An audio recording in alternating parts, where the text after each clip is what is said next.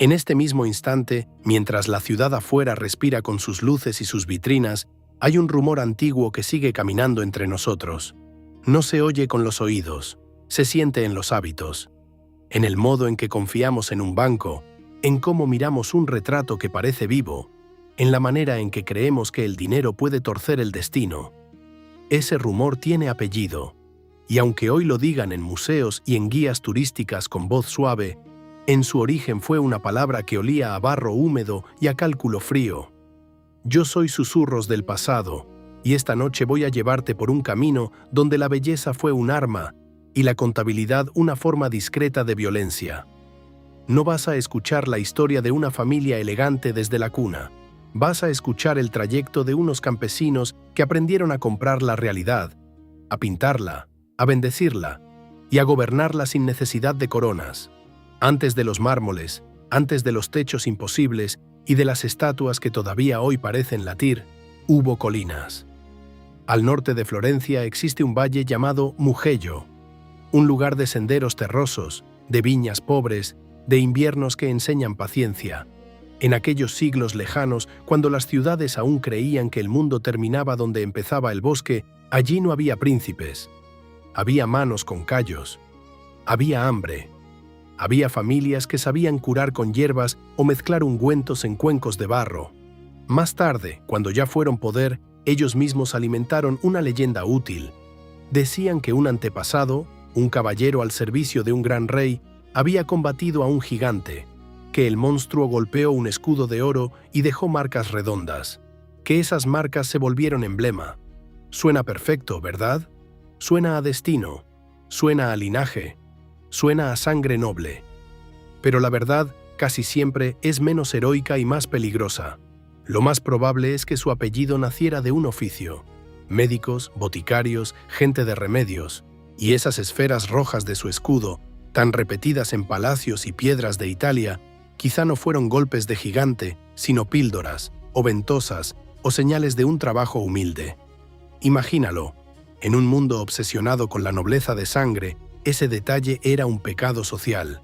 Ser gente de remedios sonaba a manos manchadas, a mercado, a callejón. A los ojos de los viejos apellidos eran recién llegados. Eran lo que hoy se llamaría nuevos ricos, incluso antes de ser ricos. Y ese es el punto. Porque el complejo de no pertenecer es, a veces, el motor más fuerte del planeta. Ellos no querían solo dinero, querían que el mundo olvidara de dónde venía su dinero. Querían comprar no solo tierras, sino memoria. Querían adquirir la historia, como quien compra un traje caro para ocultar la ropa rota. A finales de aquellos tiempos en que Florencia se inflamaba de comercio y de lana, la ciudad era una máquina de ambición. Un sitio donde el prestigio no se heredaba como una corona. Se fabricaba con oro. Y no era un oro limpio. Era un oro que pasaba por manos rápidas, por promesas, por favores, por deudas. Florencia estaba partida por facciones que se odiaban con una pasión que no dejaba espacio para el descanso. Había familias que levantaban torres para defenderse de sus propios vecinos. Y en ese clima, un error podía terminar con tu nombre borrado y tu cuerpo exhibido como advertencia. Los primeros de ese apellido que bajaron desde el Mugello no entraron como santos. Los registros muestran disputas, violencia, problemas con deudas, reputación de parientes incómodos. Eran rudos, eran torpes en lo fino. Pero tenían algo que vale más que la educación. Tenían hambre de tablero, hambre de mandar sin pedir permiso, hambre de no volver jamás al barro del que habían salido. Y entonces ocurrió el descubrimiento que cambia todas las épocas.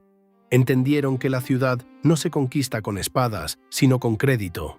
Mientras los viejos nobles se desgastaban en guerras que ya olían a pasado, ellos observaron el mecanismo real del poder, el intercambio, el flujo, la deuda, la promesa escrita, el favor que se cobra en silencio.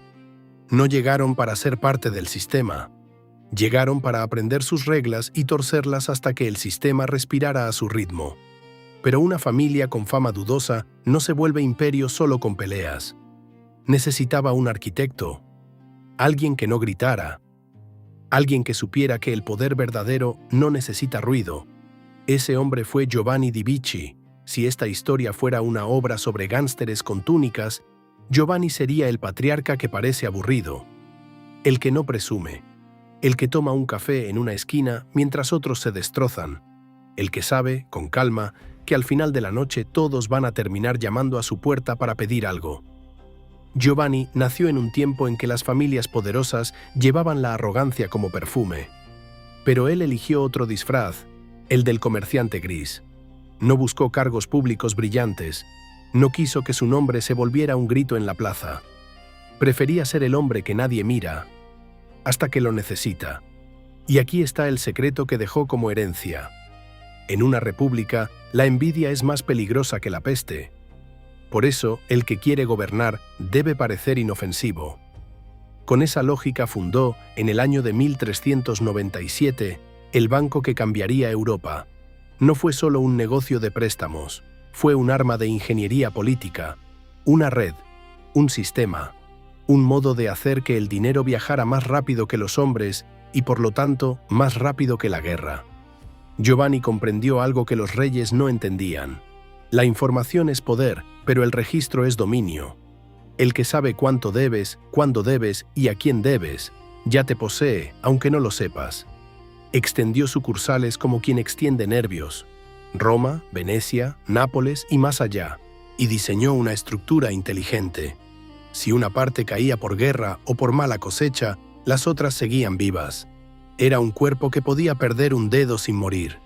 Y mientras sus rivales acumulaban riqueza en tierras fáciles de medir, él guardaba su fortuna en redes invisibles, créditos, letras, movimientos que los recaudadores no sabían leer. Así, cuando apoyó una reforma de impuestos basada en riqueza declarada, pareció un héroe del pueblo. Pero por debajo fue una jugada de asfixia. La ley apretó el cuello de sus enemigos y apenas rozó su propia garganta. Hasta aquí, el banco ya era un poder. Pero Giovanni quería intocabilidad.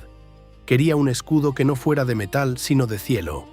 Y por eso se acercó a la institución más fuerte del mundo, la Iglesia. No lo hizo con devoción ingenua, sino con visión. Apostó por un hombre con fama sucia, un aspirante a papa con pasado de mar y violencia. Para muchos habría sido un escándalo. Para Giovanni fue una inversión. Y cuando ese hombre alcanzó el trono de Roma, el banco se volvió agente de las finanzas sagradas. El dinero de la fe, el dinero de los diezmos, el dinero de indulgencias y tributos, comenzó a pasar por manos expertas. Cobraban comisión, claro, pero más importante, recibían legitimidad. Ser los contadores de Dios convertía cualquier acusación de usura en un susurro fácil de apagar.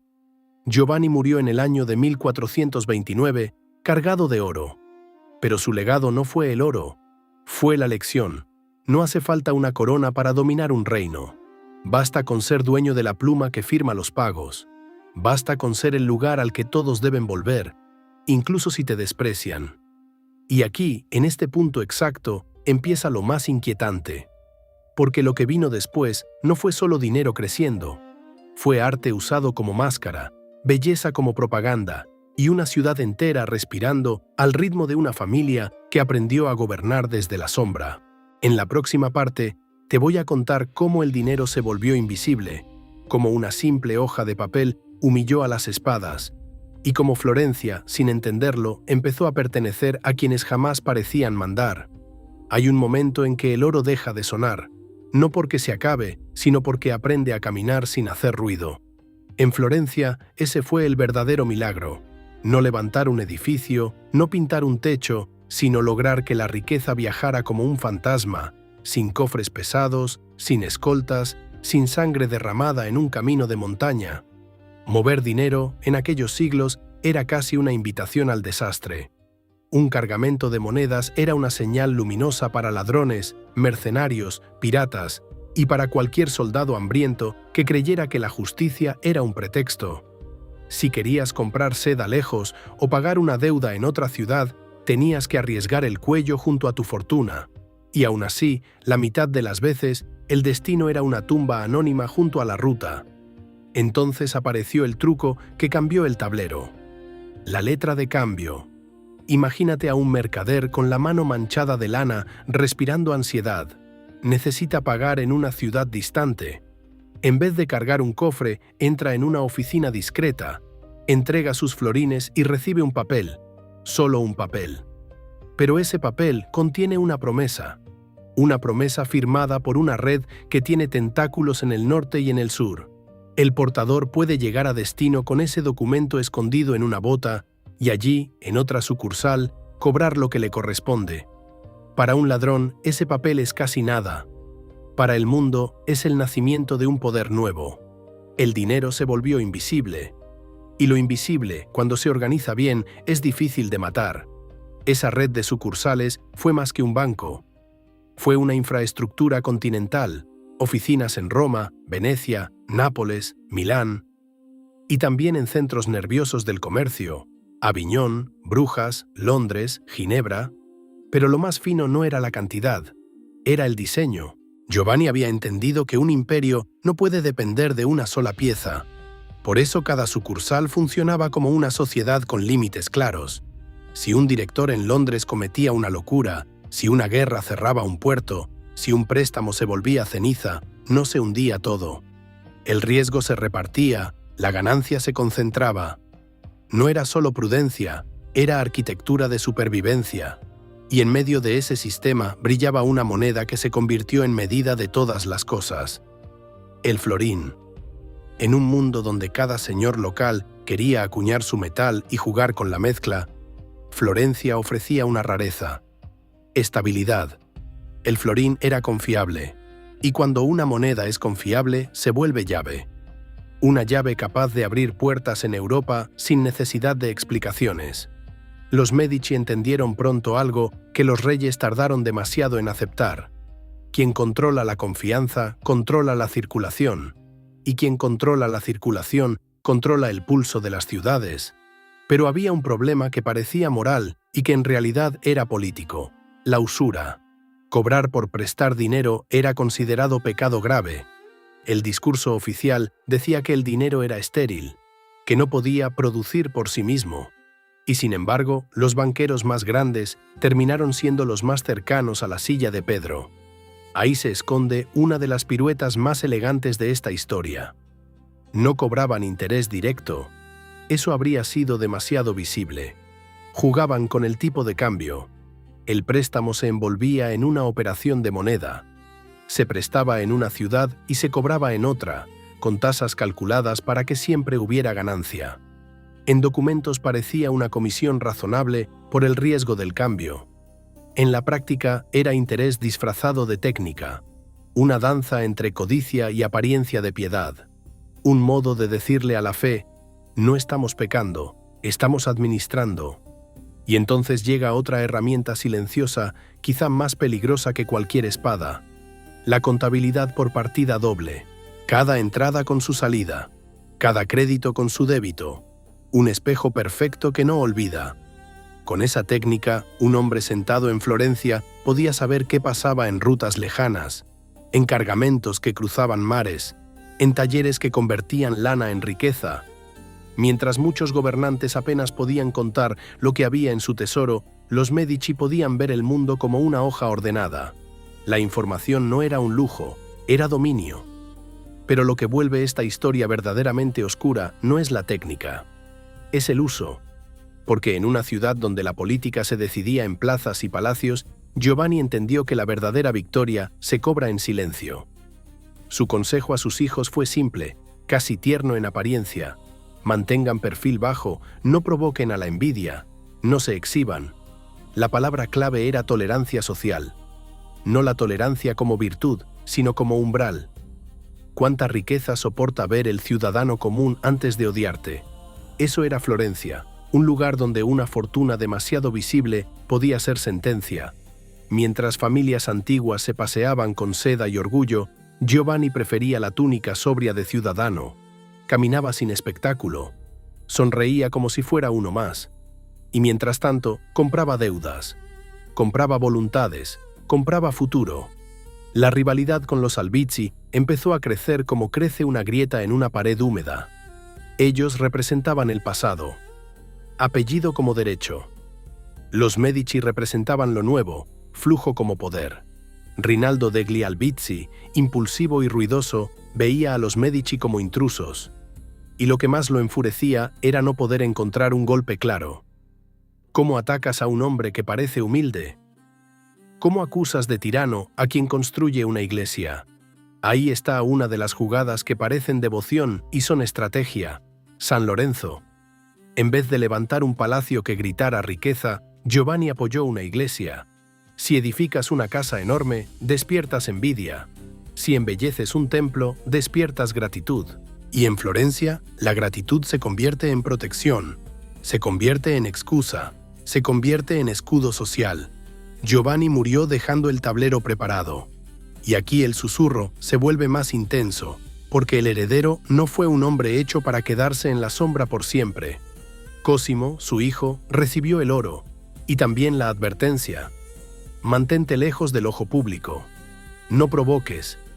No parezcas rey. Pero Cosimo tenía otra forma de ambición. Una ambición que quería tocar las riendas. Y cuando un hombre así empieza a moverse, quienes odian en silencio por fin encuentran su oportunidad. Los Albizzi esperaron el momento como se espera un resbalón en la escalera. Y lo encontraron. En la próxima parte vas a entrar conmigo en la torre donde encerraron al hombre más rico de su ciudad. Vas a sentir el aire frío de esa celda con apodo cruel. Y vas a ver cómo una bolsa de oro, bien colocada, puede cambiar una sentencia de muerte por un exilio. Y un exilio por un regreso triunfal. Florencia tiene un modo particular de castigar. No siempre usa la espada. A veces usa la ceremonia. A veces usa el tono educado de una invitación. Y a veces, detrás de una puerta oficial, solo espera una celda. Cuando Giovanni di Bicci dejó el mundo, el aire cambió. No de golpe, sino como cambia el clima antes de una tormenta. Cosimo heredó la fortuna y también el delicado mecanismo de control que su padre había armado con paciencia. Pero Cosimo no era una copia.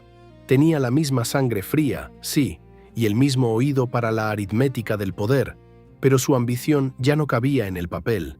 Empezó a usar el dinero con una intención más visible. Y en Florencia, lo visible siempre atrae cuchillos. Rinaldo degli Albizzi, orgulloso y antiguo, llevaba años esperando esa grieta. Para él, Cosimo no era solo un rival, era una amenaza contra el orden mismo, un espejo que mostraba una verdad humillante. El apellido sin crédito era un perfume caro en una habitación vacía. Llegó el mes de septiembre del año de 1433. La ciudad parecía normal, pero por debajo todo estaba preparado. Rinaldo organizó un golpe con apariencia legal. Convocó a Cosimo al Palacio de la Señoría para una consulta. Una formalidad. Una conversación entre ciudadanos ilustres, dijeron. Un trámite. Cosimo entró, y al cruzar el umbral, la República le cerró la boca con hierro. Lo arrestaron y lo llevaron a lo alto de la torre. Una celda pequeña, áspera, sin glamour, con un nombre que ya era burla. La barbería. Allí, el hombre que movía el crédito de media Europa quedó encerrado, como si fuera un ladrón cualquiera. Abajo, en las salas del poder, discutían qué hacer con él. Algunos querían el destierro. Rinaldo quería la ejecución. Porque Rinaldo sabía algo que los moderados no querían aceptar. Mientras Cosimo respirara, Florencia seguiría respirando con el banco. Y quien controla el aire, controla la vida. Cosimo, desde la celda, entendió rápido la regla más antigua del mundo. Todos tienen un precio, incluso quienes se dicen incorruptibles, especialmente esos. Temía el veneno, claro. En una torre, un plato de comida puede ser una sentencia discreta. Se negó a comer lo que le daban. Pero encontró el punto débil, el capitán de la guardia.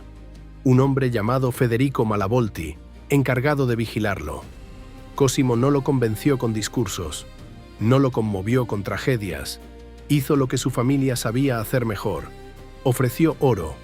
Oro suficiente para comprar seguridad y, más importante, para comprar puertas invisibles. Malavolti no solo probó la comida de Cosimo para asegurar que no estuviera contaminada, también permitió el paso de mensajes. Y con los mensajes, bolsas. Y con las bolsas, la ciudad comenzó a cambiar, porque la verdadera sala de juicio no estaba en la señoría. Estaba en los bolsillos de quienes debían decidir. Los Albizzi gritaban en público, Cosimo susurraba en privado, y el susurro, como siempre, resultó más eficaz. La condena de muerte se desinfló, la cuerda se transformó en distancia, dictaron exilio por un periodo de 10 años. 10 años. Para Rinaldo sonaba a victoria parcial, para Cosimo era una oportunidad. Cosimo salió vivo, pero no salió pobre. Se fue a Venecia con una calma que muchos confundieron con resignación. Lo que no vieron fue la jugada, se llevó con él el capital del banco. No dejó la sangre de la ciudad en la ciudad. Florencia sintió el golpe como se siente la falta de agua. Sin crédito, todo se volvió lento. Las obras se detuvieron. Las tiendas empezaron a cerrar. Las manos se quedaron sin trabajo. Los gremios comenzaron a murmurar. Los ricos, que odiaban a Cosimo por orgullo, empezaron a extrañarlo por necesidad. Y el pueblo, que no hablaba de teoría política, sino de pan, entendió una cosa con brutal claridad. Sin los Medici, la República era una pared bonita sin techo. Mientras Florencia se apagaba, Cosimo en Venecia era recibido con honores, no como un desterrado, sino como un huésped de peso, un hombre al que convenía tratar bien, porque su dinero era una red, y una red puede salvar o estrangular. El exilio duró menos de lo que la ley decía, porque la ley, en Florencia, puede doblarse cuando la economía grita. Un año después, el humor de la ciudad era otro. La presión de los comerciantes, de los artesanos, de quienes necesitaban que el dinero circulara, fue demasiado grande. Se eligió un nuevo gobierno, más favorable al retorno. Y entonces llegó la invitación oficial. Cosimo podía volver. Su entrada en Florencia fue casi una ceremonia religiosa. La gente lo aclamaba como salvador, no porque fuera santo, sino porque el hambre enseña rápido quién sostiene los muros. Pero Cosimo no volvió con ingenuidad, volvió con memoria. El perdón fácil crea mártires, y Cosimo no quería mártires en su contra, quería ausencias. Cuando recuperó el control real, aplicó la herramienta que sus enemigos habían usado contra él, el destierro, solo que esta vez con eficacia quirúrgica. Rinaldo degli Albizzi fue expulsado. No hubo espectáculo de sangre. Hubo eliminación social, la peor forma de muerte para un aristócrata, desaparecer de su ciudad. Los Medici regresaron no como familia perseguida, sino como necesidad pública. Y esa necesidad se convirtió en licencia. A partir de entonces, Cosimo refinó un arte que parece moderno y en realidad es antiguo. Mandar sin parecer que mandas. Florencia seguía llamándose república. Seguía hablando de libertad, seguía celebrando sus instituciones, y Cosimo, con túnica sobria, caminaba por la calle como un ciudadano más. Pero detrás, el sistema respiraba con su pulso. El mecanismo era sencillo en apariencia. La ciudad elegía cargos mediante sorteos de nombres guardados en bolsas oficiales, un sistema que sonaba limpio. Cosimo no cambió la ley, cambió el contenido de las bolsas.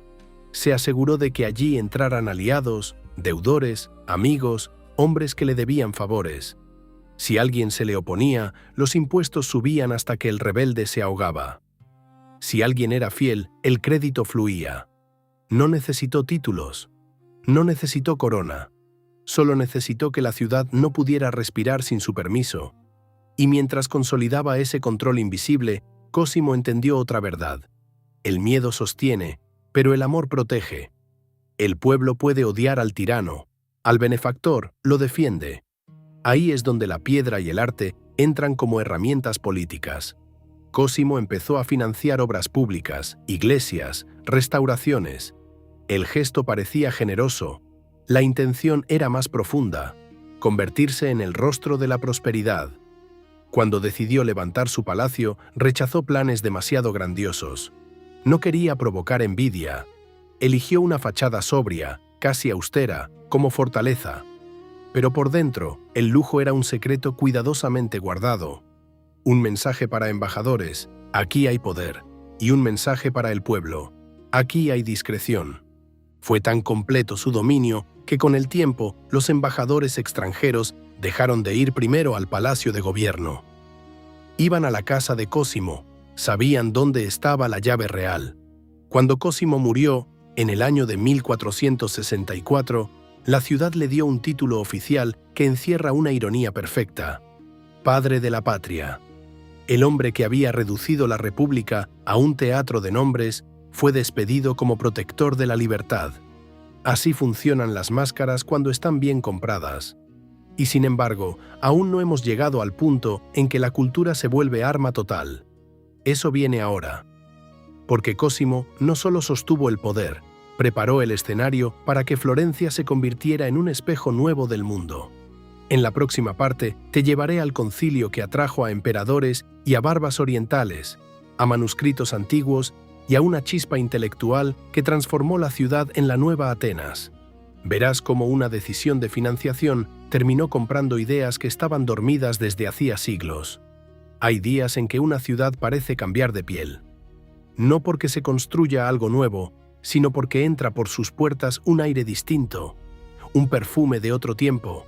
Florencia vivió uno de esos días cuando la historia, cansada de mirar siempre hacia Roma, decidió inclinarse hacia el Arno. El concilio llegó como llegan los fenómenos raros, primero con rumores, luego con carretas, después con una multitud que no sabía dónde mirar. La excusa era religiosa, como tantas veces. Una reunión para hablar de unión, de dogmas, de heridas antiguas entre iglesias separadas. Pero el verdadero movimiento, el que importaba, no era teológico, era cultural, era intelectual, era, en el fondo, una compra silenciosa de futuro. Al oriente, el imperio bizantino se desmoronaba bajo el empuje de los otomanos. El emperador, desesperado, aceptó lo impensable: viajar a Italia para pedir ayuda. A cambio, prometía acercar de nuevo las dos ramas del cristianismo. Era una negociación humillante para ellos, pero necesaria. Y Cosimo lo vio con los ojos de quien sabe leer oportunidades en la debilidad ajena. El concilio había empezado en Ferrara, pero la peste mordía y el dinero no alcanzaba. Entonces Cosimo ofreció lo que siempre ofrecía cuando quería cambiar el tablero sin que nadie lo notara: pagar alojamiento, comida, traslados, logística. Pagar para que el mundo entero mirara hacia su ciudad. El evento se trasladó a Florencia. Cuando la delegación oriental entró, la ciudad se quedó quieta. Era como si un desfile de otra era hubiera salido de los libros y caminara por las calles. Barbas largas, telas bordadas, gestos extraños, una solemnidad que olía a incienso antiguo. La gente no entendía los idiomas, pero entendía la señal. Algo grande estaba pasando aquí. Mientras los teólogos discutían en interiores fríos sobre palabras que parecían piedras, la naturaleza del espíritu, la forma de la fe, Cosimo observaba otro tesoro: los libros, porque junto con el séquito llegaron eruditos, hombres que traían manuscritos como quien trae reliquias, textos que en Occidente se habían perdido entre guerras, incendios y olvidos. Llegaron nombres que más tarde parecerían inevitables, como si siempre hubieran estado allí, pero no.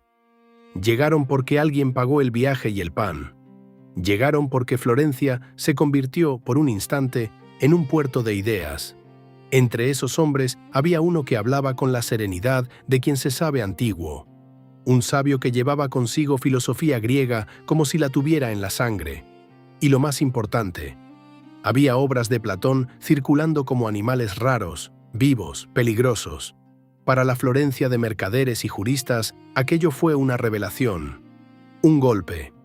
El concilio, en lo político, fue un fracaso. La unión de iglesias duró poco, apenas el tiempo que dura el papel antes de que lo rompa la realidad. Pero para Cosimo fue un triunfo absoluto, porque el objetivo real no era unir credos, era importar conocimiento. Era atraer a la ciudad el aura de la antigüedad para que Florencia dejara de ser solo una potencia económica y se volviera también una capital intelectual. Cosimo no era un soñador ingenuo, era banquero, pero tenía una obsesión que en su época parecía extraña: quería permanencia. Y entendió que el oro compra muchas cosas, pero el oro solo se vuelve eterno cuando se transforma en ideas. De ese concilio nació un clima, una fiebre suave. Los florentinos empezaron a imaginarse herederos de Grecia. Empezaron a creer que el hombre podía mirar al mundo no solo con temor, sino con curiosidad. que la belleza no era distracción, sino camino, que la mente era un templo tan digno como una catedral. Cosimo, que había visto cómo la política se maneja con deuda, ahora veía otra forma de dominio: el prestigio cultural. El mundo respeta al que produce belleza, al que conserva saber, al que parece custodio de una llama antigua. Por eso, cuando el concilio terminó y las barbas orientales se alejaron de la ciudad, Cosimo no se quedó con nostalgia, se quedó con una misión. Quería traducir, quería rescatar, quería reunir fragmentos dispersos del pensamiento clásico y ponerlos a trabajar en Florencia como si fueran artesanos invisibles. Y para eso necesitaba una mente joven, flexible, capaz de vivir entre lenguas. Encontró a un muchacho brillante, hijo de su médico. Se llamaba Marsilio Ficino. Cosimo lo miró y vio herramienta y destino. Le dio una villa, le dio un salario estable, le dio la orden que parecía sencilla y era enorme: olvida curar cuerpos, cura almas. Traduce a Platón. Así nació la Academia Platónica, no como escuela formal, sino como círculo, como club de mentes que se reunían en jardines, bajo olivos, con vino y discusiones que olían a peligro.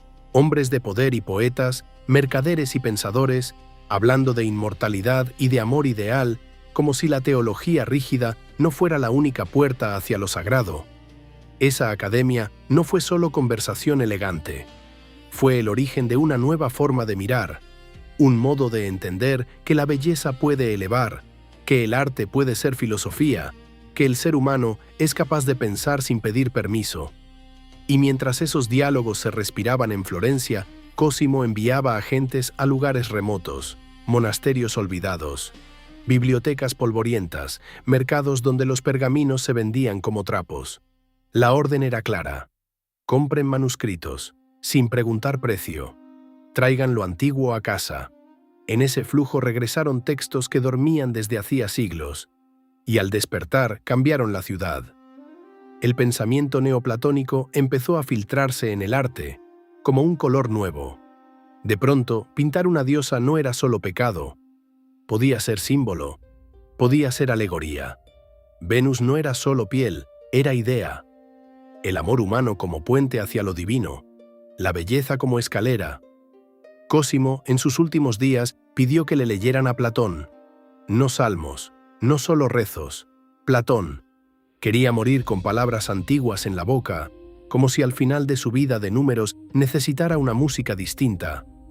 Así, la familia que había comprado Florencia con crédito empezó a comprar también el alma intelectual de su época, no para compartirla por bondad pura, sino para convertirla en prestigio, en legitimidad, en destino. En la próxima parte verás cómo esa idea, la belleza como arma, se vuelve piedra y bronce. Te llevaré al taller de un escultor que despreciaba el dinero, a una cúpula que parecía imposible y a la propaganda más sofisticada que una familia pudo inventar. Hacer que la ciudad entera se sintiera orgullosa de ser gobernada por ellos. Cuando las ideas de la academia empezaron a flotar en el aire, Florencia ya no pudo volver a ser una ciudad común. Porque una vez que alguien te convence de que la belleza es una forma de verdad, ya no miras una pared igual, ya no toleras el techo mediocre, ya no aceptas que la fe sea solo miedo. Y Cosimo entendió que, si quería que su poder durara, tenía que grabarlo en piedra, fundirlo en bronce, hacerlo visible sin que pareciera imposición. El arte, para los Medici, nunca fue simple adorno. Fue lenguaje, fue anuncio, fue estrategia. Y en esa estrategia eligieron a los más rebeldes, a los más difíciles, a los que los demás temían financiar porque su genio venía con carácter. Donatello era uno de esos. Dicen que era tan ajeno al dinero que colgaba sus ganancias en una cesta, a la vista, para que quien necesitara tomara sin pedir. Un hombre así no se compra solo con pagos, se sostiene con libertad. Cosimo lo admiraba por eso, porque en una ciudad llena de cálculo, Donatello era un animal raro, casi salvaje, capaz de tallar el alma humana sin pedir permiso a nadie. Cosimo incluso intentó vestirlo mejor, cuidando la apariencia. Le regaló una capa elegante. Donatello la devolvió, demasiado fina para trabajar. No era pose, era naturaleza. Bajo el amparo de los Medici, Donatello hizo algo que sonaba a sacrilegio, un David de bronce, desnudo, exento, como si el mundo hubiera despertado de golpe en la antigüedad clásica. Era provocación estética y mensaje político. Colocar esa figura en el patio de la Casa Medici no era capricho. Era decirle a todos: Florencia, pequeña, puede vencer gigantes, y nosotros somos quienes sostienen esa valentía. Así se hacía propaganda en Florencia, con belleza que parecía inocente y en realidad era declaración. Pero la obra que coronó el orgullo de la ciudad y también la ambición de esta familia fue otra. Una herida abierta que llevaba años burlándose de todos. La catedral sin cúpula. Santa María del Fiore era enorme, sí, pero tenía un vacío gigantesco, un hueco que mostraba límites. Nadie sabía cómo cubrirlo sin que la estructura se desplomara. Durante décadas, ese agujero fue una vergüenza elegante, una promesa incumplida, hasta que apareció Filippo Brunelleschi, bajito, malhumorado, obsesivo, un hombre con ideas que sonaban a delirio. Propuso levantar la cúpula más grande sin andamiaje desde el suelo, usando sistemas que desafiaban la lógica de la época. Y, como suele pasar con los visionarios, despertó sospecha. Nadie quería apostar dinero a una locura, pero Cosimo sí, no porque fuera romántico, sino porque vio lo que significaba. Si Florencia lograba esa cúpula, la ciudad se convertiría en símbolo de un nuevo mundo. Y si la cúpula se levantaba con su apoyo, la gratitud se volvería piedra eterna. Brunelleschi trabajó como si luchara contra enemigos invisibles. Inventó máquinas para elevar carga. Diseñó una estructura de doble casco. Usó un modo de colocar ladrillos que permitía que la cúpula se sostuviera a medida que crecía. Cada etapa era riesgo. Cada día era un pulso contra el colapso. Y la ciudad miraba. Ese mirar era clave, porque el poder de los Medici se alimentaba de la sensación colectiva de que, con ellos, lo imposible se volvía rutina. Cuando la cúpula por fin dominó el horizonte, Florencia obtuvo una corona de ladrillo sobre su cabeza. Y aunque la gente alabara al arquitecto, el mensaje oculto era otro. Esta grandeza existe porque alguien la financia, porque alguien sostiene el sueño con oro. Así se construye un dominio que no parece tiranía. Haces que la población asocie tu presencia con milagros visibles. Pero la historia no se detiene en Cosimo. Su muerte dejó un silencio peligroso. Y la siguiente transición, lejos de ser un paso tranquilo, fue una prueba de nervios. El heredero, Piero, era un hombre enfermo. La gota lo mordía, lo dejaba inmóvil. En una ciudad donde la fuerza se exhibía en caballos y plazas, su debilidad parecía una invitación al ataque. Muchos pensaron: ahora es cuando se rompe todo. Piero, sin embargo, tenía una astucia diferente, menos brillante quizá, pero dura, práctica. Y cometió un acto que encendió un avispero. Intentó revisar deudas viejas. Quiso cobrar. Cosimo había dejado préstamos sin exigir retorno inmediato, porque esa era parte de su control. Pedir el dinero de vuelta era romper una telaraña diseñada para sostenerse con tensión suave. Cuando Piero apretó, los deudores no vieron un asunto contable. Vieron amenaza existencial. Los conspiradores se reunieron con nombres que olían a orgullo. Luca Pitti, Diotisalvi Neroni y otros. Se llamaron defensores de la libertad, como siempre se llaman quienes quieren mandar sin pagar. Planearon un golpe simple, brutal. Emboscar a Piero en el camino, cuando viajara en litera, y acabar con la dinastía con un tajo. Y aquí aparece Lorenzo, aún joven, aún sin el peso completo de su nombre, pero ya con un instinto que helaba. Vio señales extrañas, hombres armados. Y en lugar de correr, desvió la ruta de su padre, distrajo a los conspiradores, actuó como si nada, como si fuera solo un paseo. Piero llegó a salvo, y una vez dentro de la ciudad, la balanza cambió. Apoyos llegaron. La población, que prefería estabilidad a guerras de nobles, no se sumó al caos. El golpe se deshizo. Lo notable fue lo que hizo Piero después. No buscó una carnicería. Entendió que los mártires alimentan rebeliones. Prefirió humillar, arruinar, aislar. Luca Pitti, orgulloso, terminó degradado.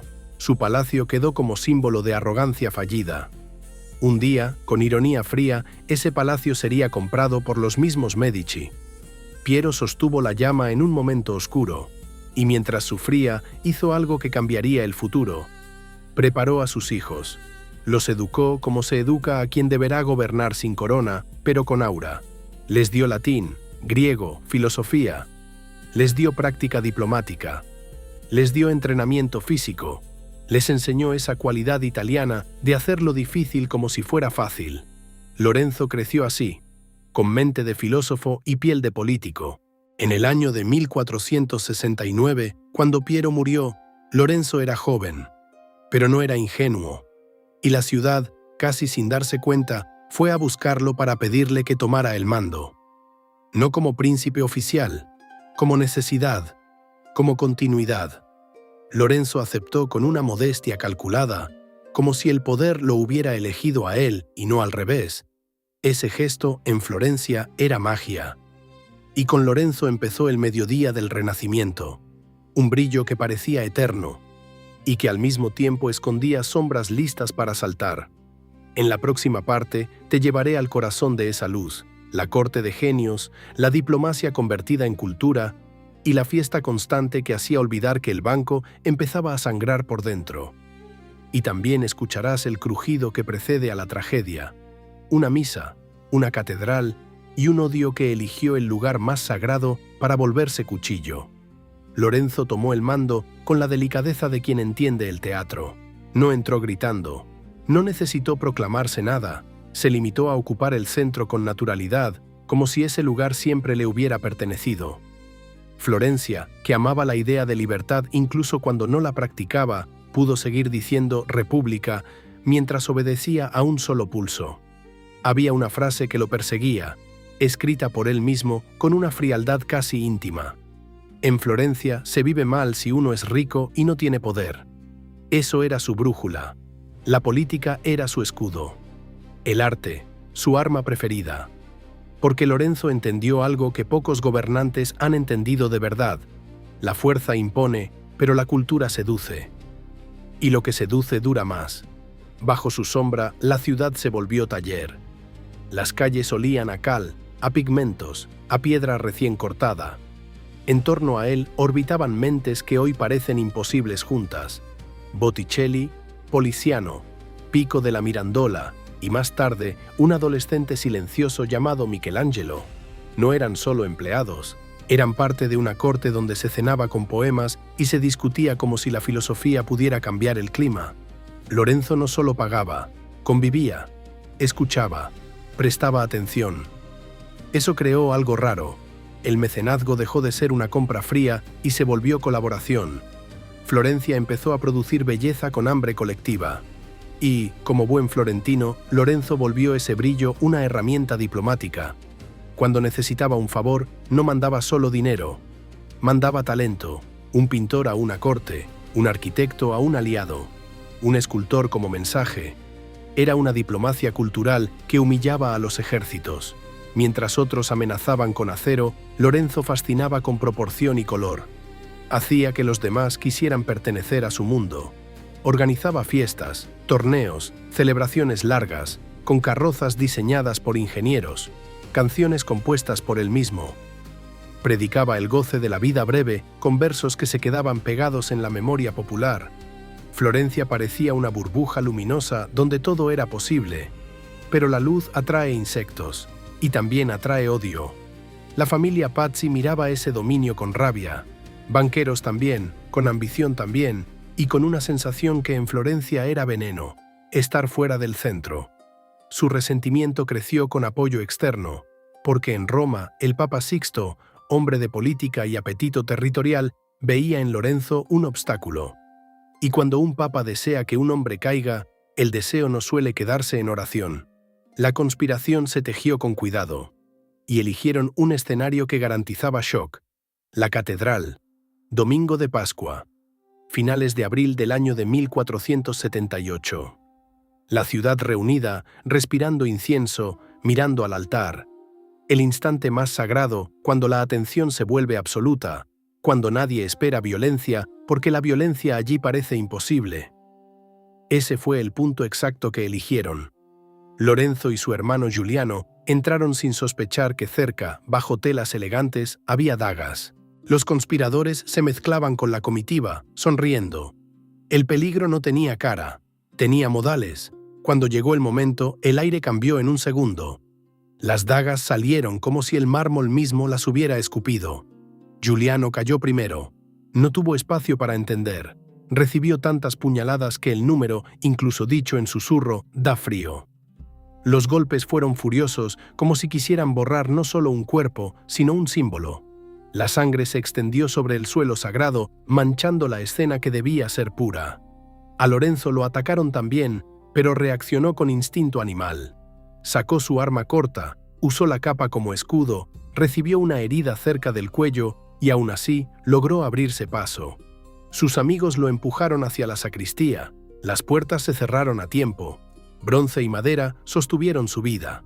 Afuera, los conspiradores esperaban que la ciudad se levantara contra los Medici, que gritara libertad, que celebrara la caída. Creyeron que el terror sería aliado. No entendieron Florencia. La ciudad no quiso libertad, quiso venganza. Lo que siguió fue una caza, no un juicio, no una investigación, una caza. Los culpables fueron perseguidos por calles estrechas, sacados de casas, arrastrados. Un arzobispo terminó colgado de una ventana del Palacio de la Señoría con sus vestiduras aún puestas, como si el escándalo necesitara ser visto desde lejos. Durante días, los cuerpos quedaron expuestos. La familia Pazzi fue borrada de la memoria oficial. Sus símbolos raspados de muros. Sus bienes confiscados, su nombre convertido en advertencia. En Florencia, la historia también se edita con cincel. Lorenzo, herido y sin su hermano, no detuvo la furia. La pérdida lo volvió más duro. Y, sobre todo, lo volvió indiscutible. Después de esa Pascua, dejó de ser el primer ciudadano para convertirse en dueño sin máscara. Pero la violencia dentro de la ciudad despertó una guerra fuera. El Papa excomulgó a Florencia. Declaró castigo. Se alió con Nápoles. Se abrieron los caminos para tropas, saqueos, hambre. La ciudad quedó sola, rodeada, con el banco ya debilitándose y con enemigos que olían sangre. Y entonces Lorenzo hizo la jugada que lo convirtió en leyenda. Viajó a Nápoles, sin ejército, hacia el rey Ferrante, un hombre temido por crueldad. Fue casi una entrega voluntaria, una apuesta donde su vida era moneda. Pasó meses allí, prisionero de honor, usando solo palabra, cultura y lectura de la naturaleza humana. Convenció al rey de que destruir Florencia no le convenía, que si la ciudad caía, otros vendrían después, que el equilibrio de Italia era un delicado juego de fuerzas y que romperlo atraería potencias mayores. Regresó con paz. Ese gesto lo elevó. Se volvió árbitro. Se convirtió en el hombre que sostenía el equilibrio entre Milán, Venecia, Florencia, Roma y Nápoles. No por ejércitos, sino por información, crédito y tacto. Y sin embargo, mientras la ciudad celebraba el brillo y la paz, las cuentas se deterioraban. Lorenzo gastaba como príncipe, nombraba por lealtad, prestaba a monarcas que no pagaban, y el banco, la raíz de todo, empezaba a enfermar. En la próxima parte escucharás el sonido de esa enfermedad. Sucursales que caen, dinero que se seca, y un predicador que aparece como incendio en un púlpito, prometiendo purificación. Verás cómo, en el mismo lugar donde se quemaban velas por belleza, empezaron a encender hogueras contra ella. El esplendor tiene un costo, y a veces se paga en silencio, con tinta amarga y números que ya no cierran. Mientras Florencia cantaba, mientras las fiestas se volvían costumbre y los artistas trabajaban como si el mundo fuera infinito, el banco, ese corazón frío, empezó a latir con irregularidad. Lorenzo no era banquero de alma, era príncipe.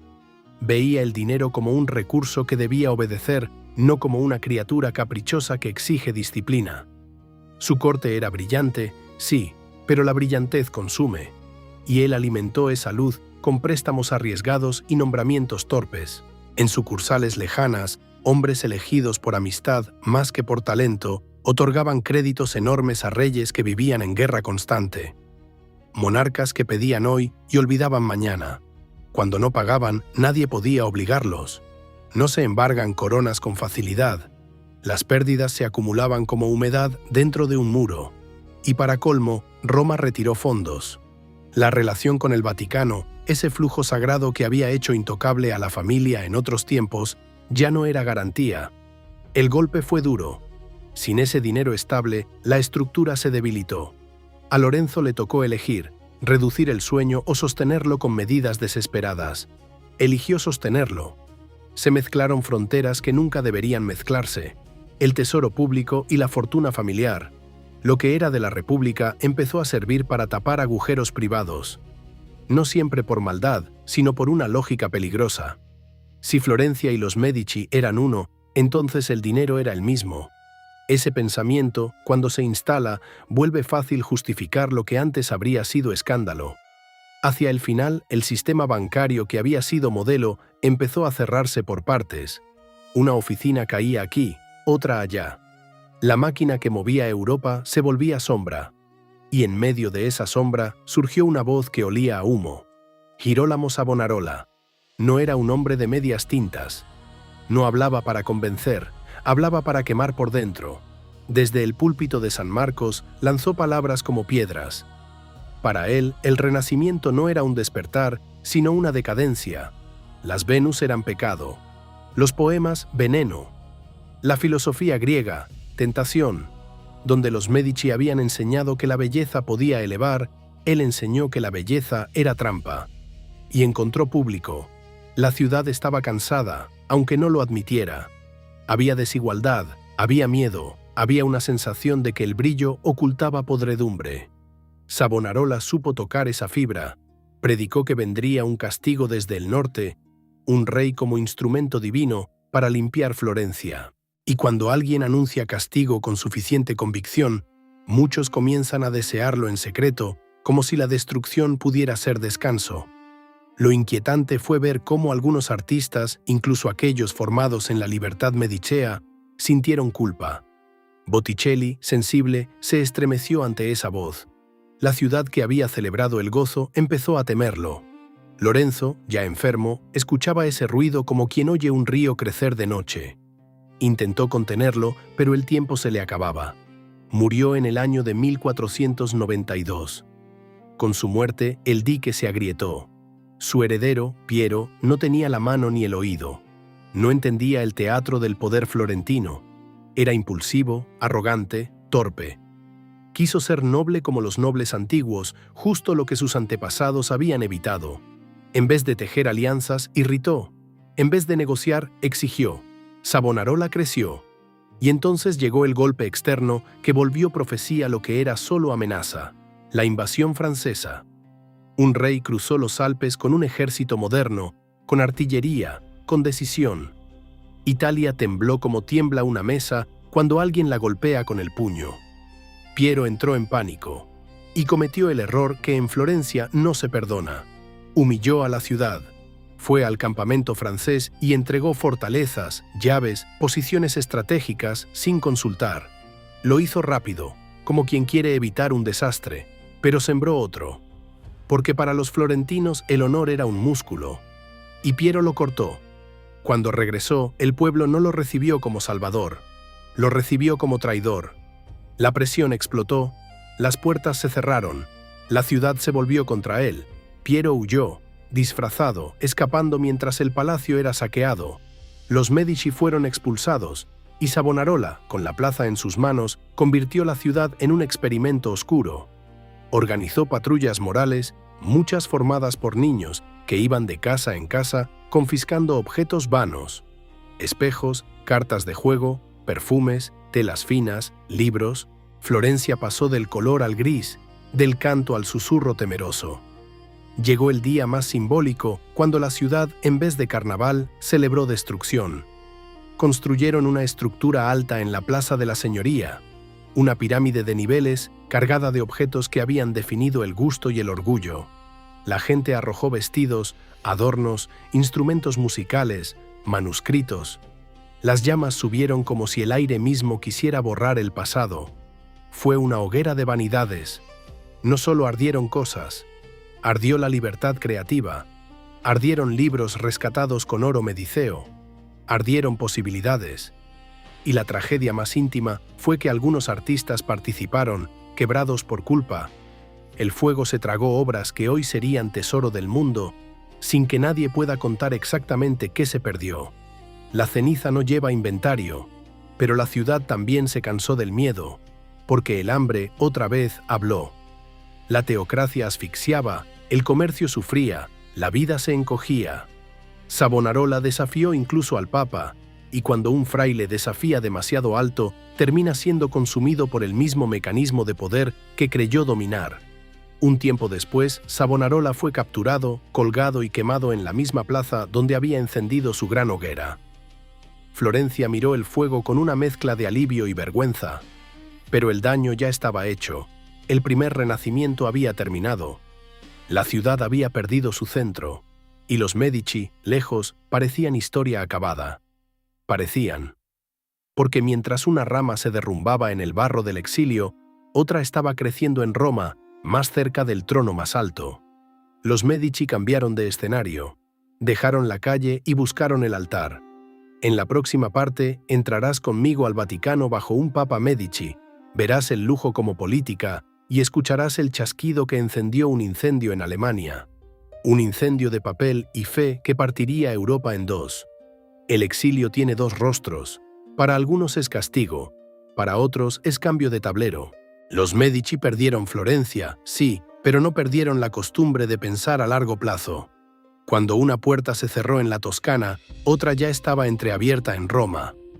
Y en Roma, una familia con paciencia puede convertir un apellido en destino. Giovanni, hijo de Lorenzo, había sido empujado hacia la iglesia desde niño, no por vocación pura, sino por diseño. Fue nombrado cardenal cuando todavía era casi un muchacho. En Florencia se hacía política con bolsas de nombres. En Roma se hacía con púrpura. La idea era simple. Si el suelo se rompe bajo los pies, siempre es útil tener un pie en el altar. En el año de 1513, Giovanni alcanzó el trono de San Pedro y se convirtió en León X. La elección fue celebrada como si el Renacimiento hubiera encontrado una nueva casa. Y en efecto, Roma se transformó. León no veía el papado como penitencia, lo veía como escenario. Le gustaba el teatro, la música, la caza, el lujo entendido como lenguaje. Su corte olía a banquete, su idea de grandeza era estética. Quería una iglesia que deslumbrara, no una iglesia que temblara. El arte se volvió política oficial. Rafael brilló como estrella en el Vaticano. Tapices, frescos, proyectos que tragaban dinero como un pozo. León gastaba como quien cree que el cielo siempre enviará más. En pocos años consumió reservas que otros habían acumulado con cuidado. Pero no era solo capricho. Había estrategia de sangre. León usó su poder para restaurar el dominio mediceo en Florencia, apoyándose en alianzas y ejércitos. La república renacida fue aplastada. La familia volvió, ya no como primera entre ciudadanos, sino como autoridad asegurada por fuerzas externas. Hasta aquí parece éxito. Sin embargo, la obsesión de León tenía una forma gigantesca, de mármol y ambición. La reconstrucción de San Pedro. Quería un templo que eclipsara cualquier cúpula, cualquier recuerdo de Florencia, cualquier rival. Un edificio tan colosal que el mundo no pudiera pensar en cristianismo sin pensar en Roma. Solo había un problema. La caja estaba vacía. Y entonces apareció el mecanismo que parecía solución rápida y terminó siendo grieta histórica: la venta de indulgencias. Se ofrecía perdón a cambio de contribución. No se decía con esas palabras crudas, claro. Se envolvía en piedad, en promesas de alivio para almas en sufrimiento, en la idea de que una moneda podía acelerar el camino hacia la luz. La fe convertida en transacción. El cielo con tarifa. Comisarios recorrieron Europa con discursos que rozaban el mercado. En tierras alemanas, uno de esos predicadores de indulgencias se volvió famoso por su frase de feria, repetida como jingle de salvación. Apenas suena la moneda, el alma salta. El pueblo escuchaba. Algunos compraban por miedo, otros por amor a sus muertos, otros por desesperación. Y en medio de ese espectáculo, un monje agustino, Martín Lutero, sintió asco. No era un artista ni un cortesano. Era un hombre tomado por la idea de justicia divina. Para él, aquello era traición al Evangelio. En el año de 1517, Lutero clavó sus tesis en una puerta. Un acto que pudo haber quedado como debate local si el mundo siguiera lento. Pero había algo nuevo: la imprenta. El papel multiplicó el enojo. Las ideas viajaron rápido. La protesta se volvió incendio, y Roma, acostumbrada a mandar con documentos y sellos, se encontró con un enemigo que no se podía encarcelar con facilidad: la opinión que circula. León subestimó. Pensó que era disputa menor, ruido de monasterio. Respondió con condenas, con amenazas. Pero Lutero quemó documentos en público. No se inclinó. Y otros lo siguieron. Ahí empezó la fractura. La Reforma protestante no fue solo una pelea teológica. Fue un terremoto económico y político. Regiones enteras dejaron de enviar dinero a Roma. Se secó un flujo que durante siglos había alimentado la Iglesia y con ella a quienes administraban su maquinaria financiera. León murió en el año de 1521. Dejó un Vaticano lleno de belleza, pero también lleno de deuda y de una crisis que ya no tenía marcha atrás. Quiso disfrutar el papado como si fuera banquete, y terminó abriendo la puerta a una división irreversible de Europa. El papado Medici no terminó allí. Su primo Giulio subió después como Clemente VII. Era distinto. Más serio, más trabajador, menos festivo. Pero tenía un defecto peligroso: indecisión. Europa estaba dominada por dos colosos: el rey francés y el emperador Carlos, dueño de un imperio tan amplio que parecía no terminar. Clemente intentó jugar a la diplomacia cambiante, prometiendo a uno mientras negociaba con el otro. Era el viejo estilo florentino aplicado a gigantes impacientes. Y los gigantes no perdonan.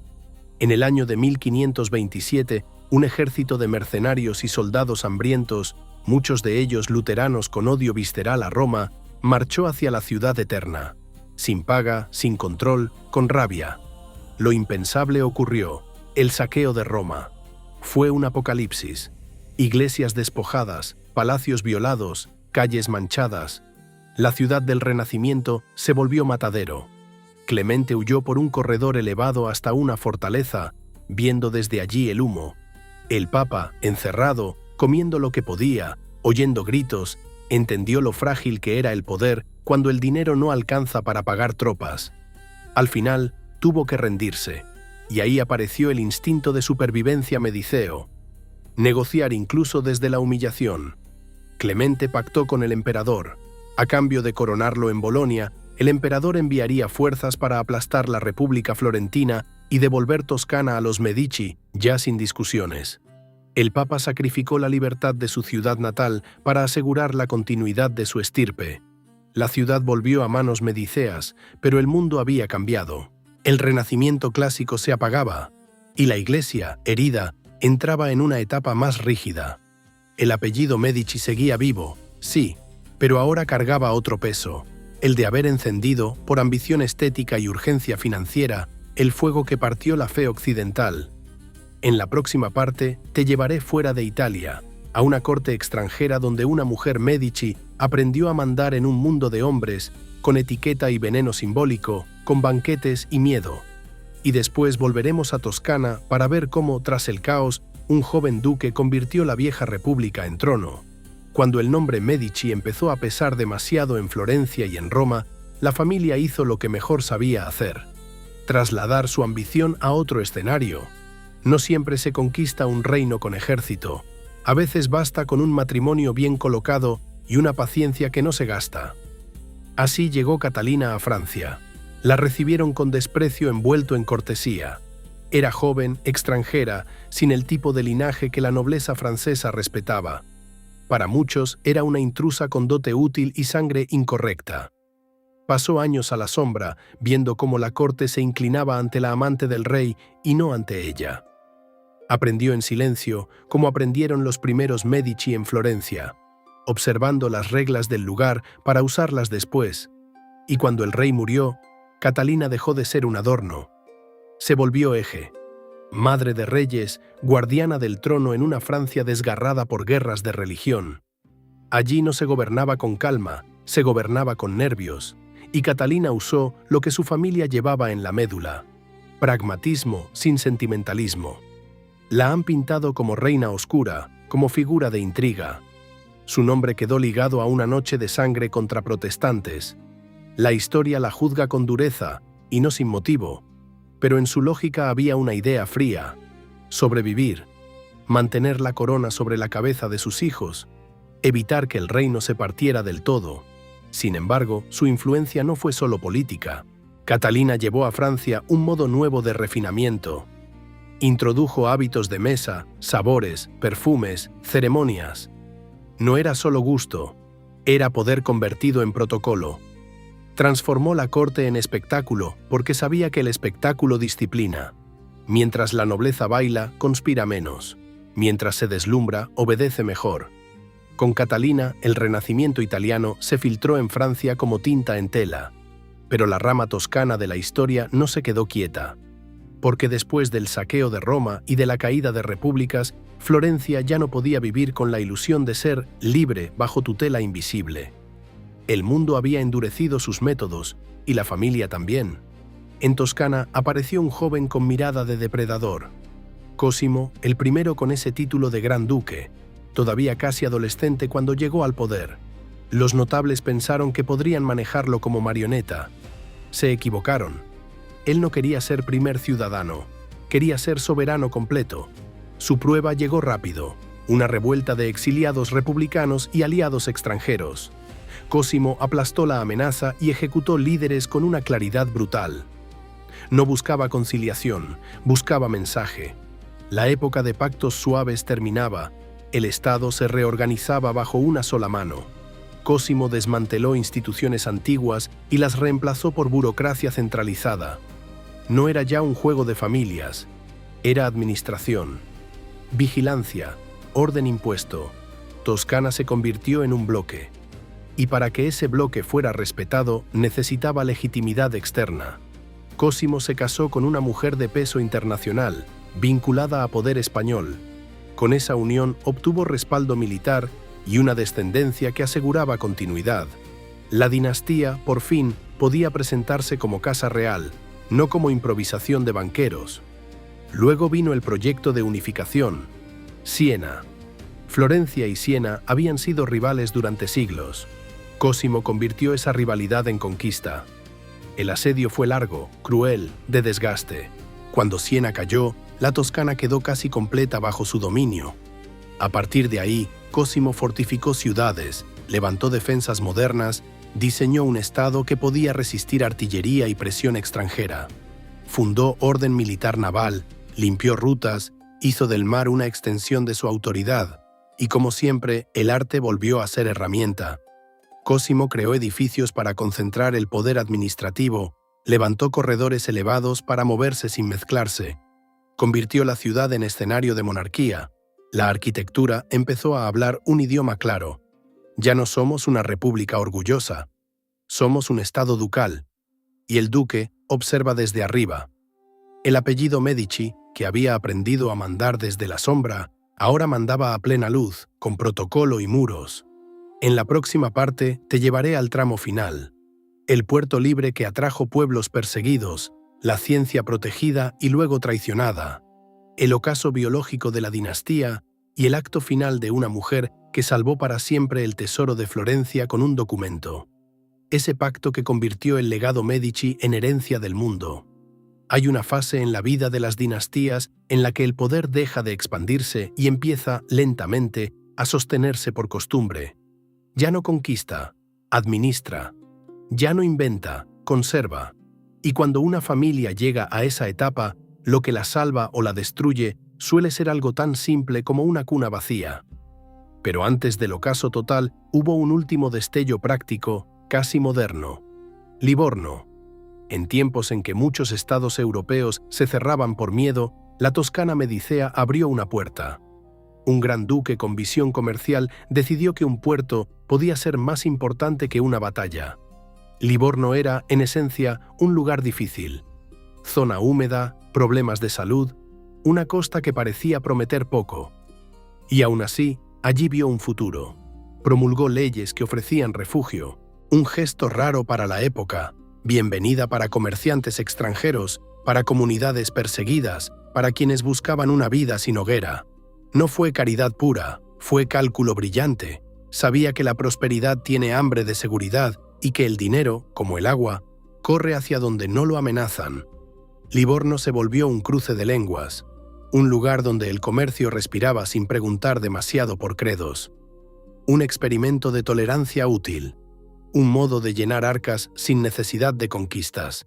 Y en ese mismo clima apareció una semilla peligrosa para cualquier poder religioso rígido: la ciencia. La Toscana, durante un tiempo, quiso ser refugio de curiosidad. Protegió matemáticos, astrónomos, hombres que miraban la naturaleza con instrumentos, no solo con textos sagrados. Pero esa protección tenía límite, porque el límite, como siempre, estaba en Roma. Galileo fue el rostro de esa tensión. No era un extraño para la casa. Había enseñado matemáticas a un joven Medici. Cuando observó lunas en torno a Júpiter, tuvo la astucia cortesana de bautizarlas con el nombre de sus mecenas. Puso el apellido en el cielo. A cambio recibió título, salario, libertad para investigar. Por un tiempo pareció que Florencia podía sostener a la razón con cierta impunidad. El problema llegó cuando la razón dejó de hablar de objetos lejanos y comenzó a tocar el lugar simbólico del ser humano: la Tierra. Galileo defendió que el mundo se movía, que giraba, que no era centro. Esa idea, para la Iglesia de entonces, era más que teoría, era golpe al orden. Cuando publicó su obra más polémica, Roma reaccionó con dureza. El Papa, que en otro momento había sido cordial, se sintió burlado. Exigió juicio, y allí los Medici se vieron desnudos. El gran duque debía elegir entre proteger a un hombre brillante o evitar el choque con el Vaticano. Su estado ya no era el coloso seguro de otros tiempos. La presión podía convertirse en castigo real, y el instinto de supervivencia, que antes era audacia, se volvió prudencia temerosa. Galileo pidió apoyo. Recibió silencio. Fue obligado a viajar a Roma, viejo y enfermo, a escuchar condenas, a arrodillarse, a negar en público lo que había visto con sus propios ojos. Pasó el resto de sus días bajo vigilancia, encerrado en su villa. La familia no lo arrojó a la calle, pero tampoco lo defendió como habría hecho en su era de ascenso. Lo dejaron caer con suavidad. Esa suavidad fue la señal definitiva de que la Toscana ya no mandaba, negociaba su supervivencia. Mientras tanto, fuera de Italia, las ramas francesas mediceas siguieron mezclando lujo y tragedia.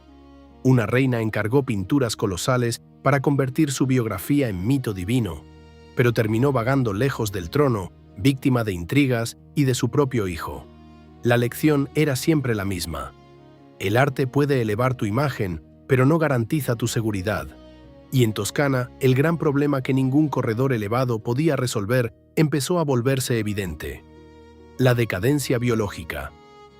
En generaciones tardías, los matrimonios fueron fríos, las enfermedades frecuentes, las relaciones un campo de guerra.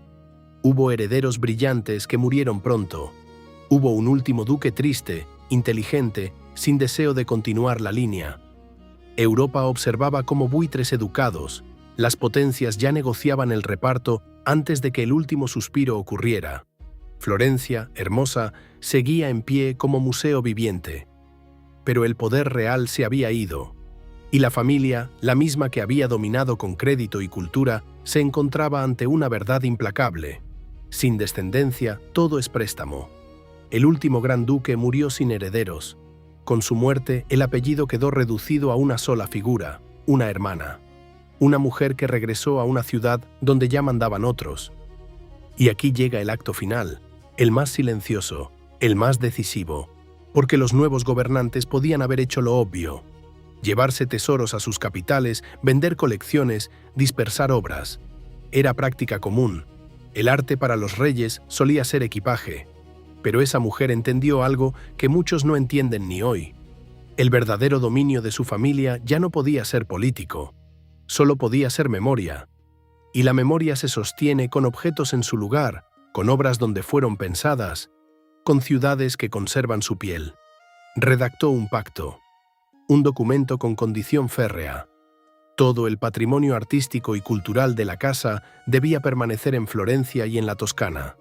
Nada podía salir, ni cuadros, ni estatuas, ni bibliotecas, ni joyas históricas.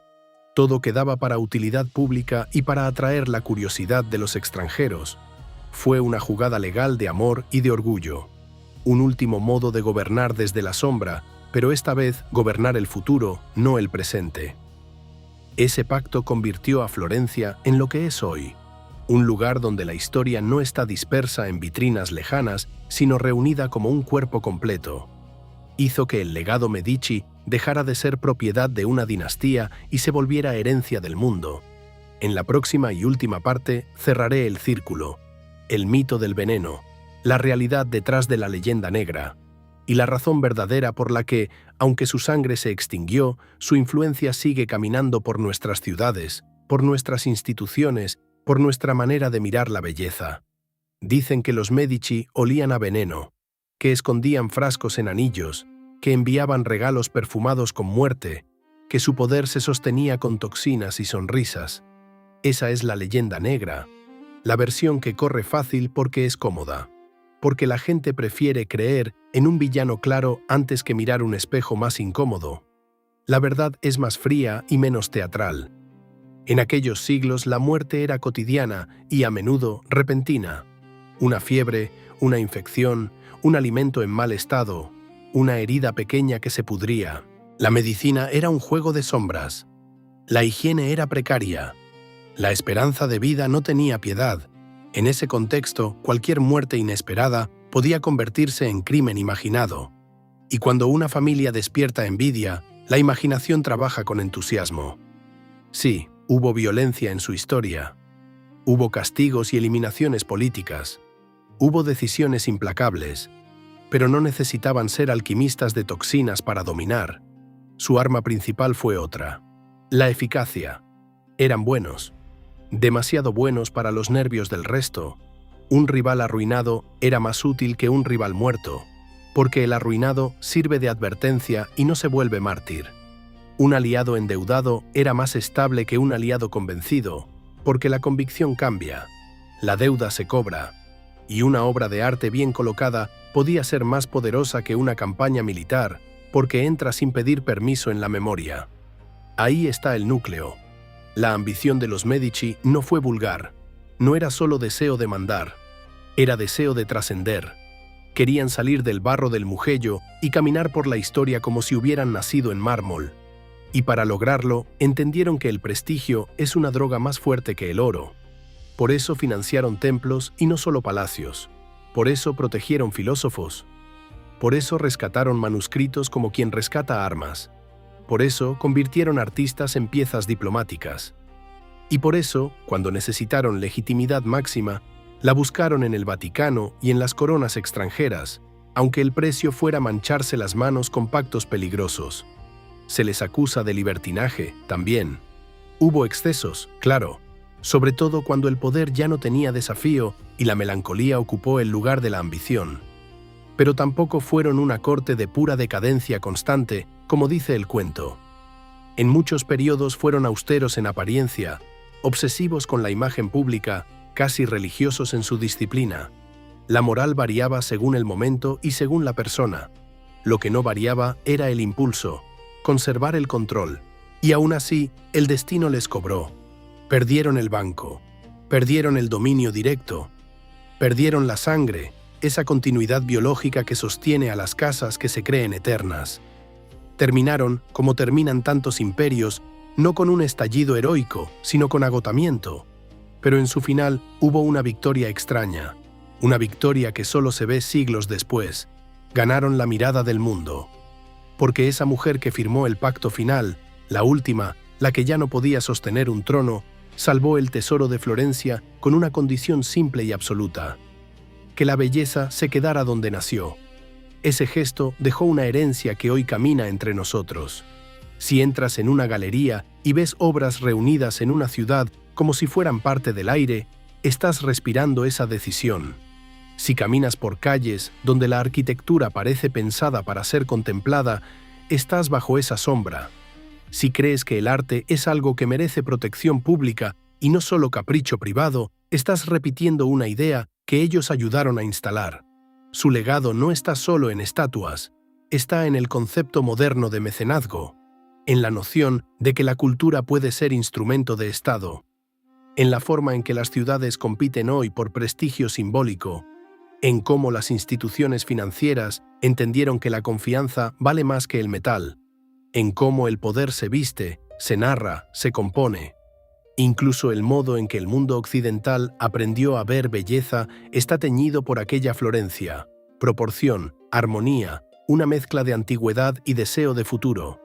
La estética que domina plazas, museos y edificios oficiales bebe de ese laboratorio toscano donde el oro se transformó en piedra y la piedra en mito. Los Medici, al final, no ganaron por ser santos ni por ser demonios. Ganaron porque entendieron algo que sigue funcionando. La realidad se puede comprar, sí, pero solo se vuelve eterna cuando se convierte en cultura. Y esa es la razón por la que, aunque su sangre se extinguió, su influencia sigue aquí, en cada ciudad que sueña con parecer importante, en cada museo que se vuelve templo laico, en cada edificio que usa columnas para parecer legítimo, en cada gobernante que quiere que lo recuerden no por lo que hizo, sino por lo que hizo sentir. Yo soy susurros del pasado, y este fue el recorrido de una familia que empezó en barro y terminó en la memoria del mundo.